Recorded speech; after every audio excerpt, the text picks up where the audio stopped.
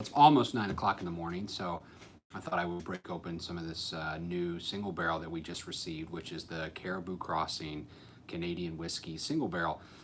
So, if you don't know, Sazerac, which obviously produces Elmer, Lee, Weller, Blanton's, all these huge bourbon brands, they own somewhere around 500,000 barrels of Canadian whiskey, and they actually own the Old Montreal Distillery, which used to belong to Corby. So they've got a production plant they've owned for a few years now, and they also have access to a ton of aging stock of Canadian whiskey. It should also be Fireball, which is also a Sazerac brand, is Canadian whiskey. So they've got a ton of Canadian whiskey. A lot of it's used for Fireball, but the best of the best, the 0.001% of some of those barrels get culled out by Drew Mayville, and they're selected for the Caribou Crossing Single Barrel program. And this is probably one of the most underrated, under the radar whiskeys. One, because it's Canadian,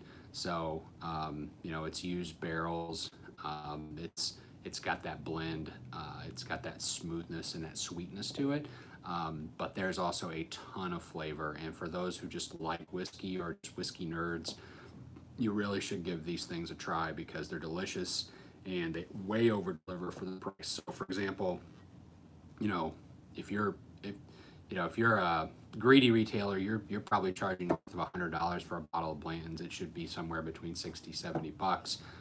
This Caribou Crossing Single Barrel is going to be $44.99, which is just a steal for what is in this bottle. So, couple different nods here. One, it's got the kind of the money change purse that Crown Royal and Seagram / Diageo made so popular, and then it's got this bottle.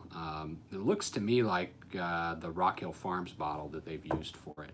So that's an interesting thing. And then obviously a nod to the Buffalo Trace, Caribou Crossing. You get it, with the extreme moose topper here, which is pretty cool.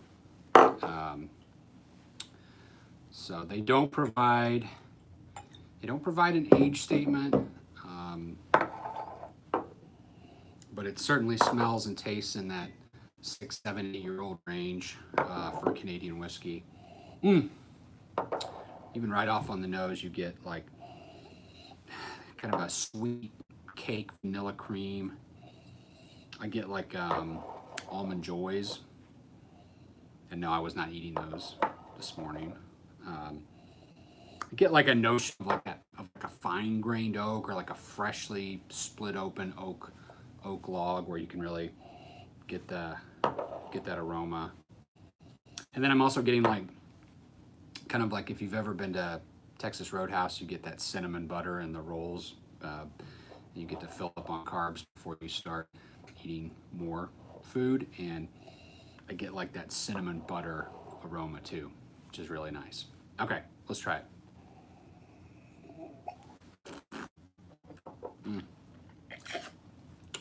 It's 9 a.m. I got a lot of work to do today, so I'm going to spit this one, but wow, you get that kind of cinnamon cream, that Pillsbury like swirl cinnamon cream.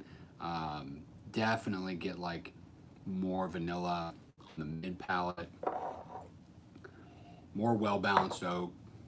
It's actually got a nice balanced but oak forward finish, so it's got a little bit of spice.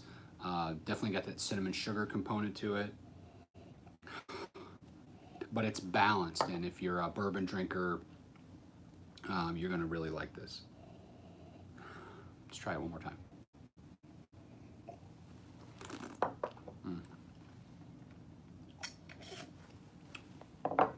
Yeah, these really nice pedigreed Canadian whiskeys.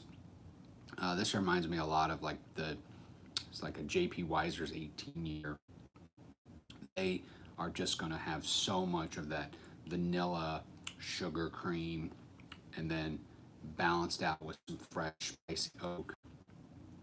Really just so super drinkable and delicious. Yeah, that's just the pleasure of Canadian whiskey is just drinking whiskey. Nothing overly challenging, just damn good whiskey. That's what we've got here. We're going to release this this morning to our VIPs, and hopefully it's a hit because it tastes really good. Cheers.